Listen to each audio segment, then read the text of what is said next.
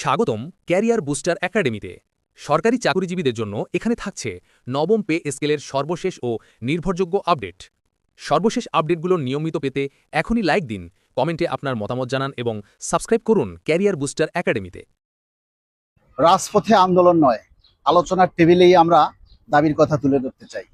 প্রিয় সরকারি কর্মচারী ভাই বোনেরা, সবাইকে আমাদের বাংলাদেশ সরকারি কর্মকর্তা কর্মচারী কল্যাণ সমিতির পক্ষ থেকে শুভেচ্ছা এবং অভিনন্দন জানাচ্ছি। আপনারা জানেন যে আমাদের নবম পে স্কেল প্রাপ্তির লক্ষ্যে আমরা দীর্ঘ 7 থেকে 8 বছর পর্যন্ত আমরা রাজপথে সংগ্রাম করে আসছি। বিভিন্নভাবে সংবাদ সম্মেলন, মহাসমাবেশ, মানববন্ধন, পহেলা মে দিবস উদযাপন সহ স্মারকলিপি প্রদান, ব্রিফিং, অনেক কিছু আমরা করেছি। আমরা এই পে স্কেলের দাবির জন্য সত্যিই প্রজাতন্ত্রের কর্মচারী হিসেবে আমরা রাজপথে নামতে চাই না, কিন্তু কর্মচারীরা আজকে ক্ষুধার্ত বাঘের মতো তারা আজ অন্নহীন, বস্ত্রহীন এবং শিক্ষা চিকিৎসাহীন অবস্থায় মানবতার জীবনযাপন করছে বাংলাদেশের সরকারি নিম্ন বেতনভুক্ত কর্মচারীরা।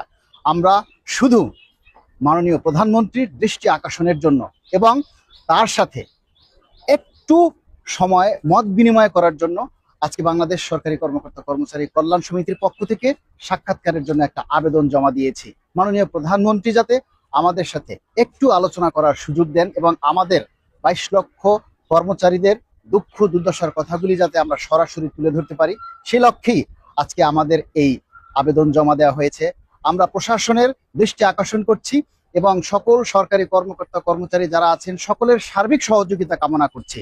আমরা রাজপথে নামতে চাই না, আমরা আমাদের সেই দাবির কথাগুলি আমরা মাননীয় প্রধানমন্ত্রীর সাথে সাক্ষাৎ করে সরাসরি তুলে ধরতে চাই এবং তিনি যাতে আমাদের এই যে আসন্ন 26-27 অর্থ বছরের বাজেট নির্ধারণ হবে, সেই বাজেটেই যাতে আমাদের জন্য বরাদ্দ নির্ধারণ করে বাস্তবায়নের লক্ষ্যে যাতে প্রজ্ঞাপন জারি করা হয় এবং 22 লক্ষ কর্মকর্তা কর্মচারীর মুখে যাতে হাসি ফুটিয়ে তাদেরকে স্বতঃস্ফূর্তভাবে কর্মস্থলে রাষ্ট্রের সেবায় মনোনিবেশ করার সুযোগ দেন, এই প্রত্যাশা করছি। সবাইকে ধন্যবাদ। আসসালামু আলাইকুম।